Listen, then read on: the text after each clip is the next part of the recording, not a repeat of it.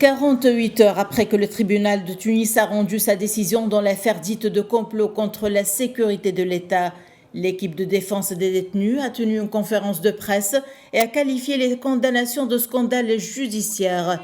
Dans la même matinée, le président de la Ligue tunisienne des droits de l'homme a annoncé l'arrestation de l'avocat et ancien juge Ahmed Sweb.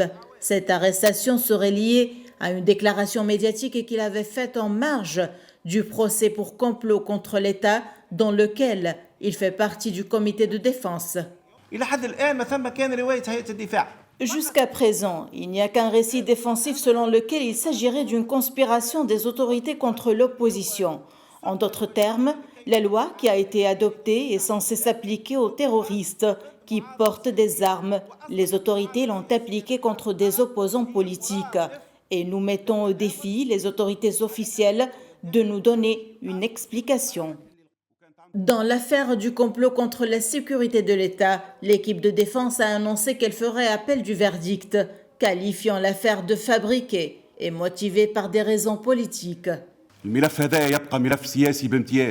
Il s'agit d'un dossier politique par excellence et une affaire fabriquée. Cette affaire a été mise en place dans le cadre d'un plan qui a précédé les événements de juillet 2021. Ce matin, devant le tribunal de Tunis, les familles des détenus ont manifesté et dans un communiqué publié dimanche, leur coordination a dénoncé la tenue d'un procès expéditif d'une durée de 30 secondes, dépourvu des garanties minimales d'un procès équitable.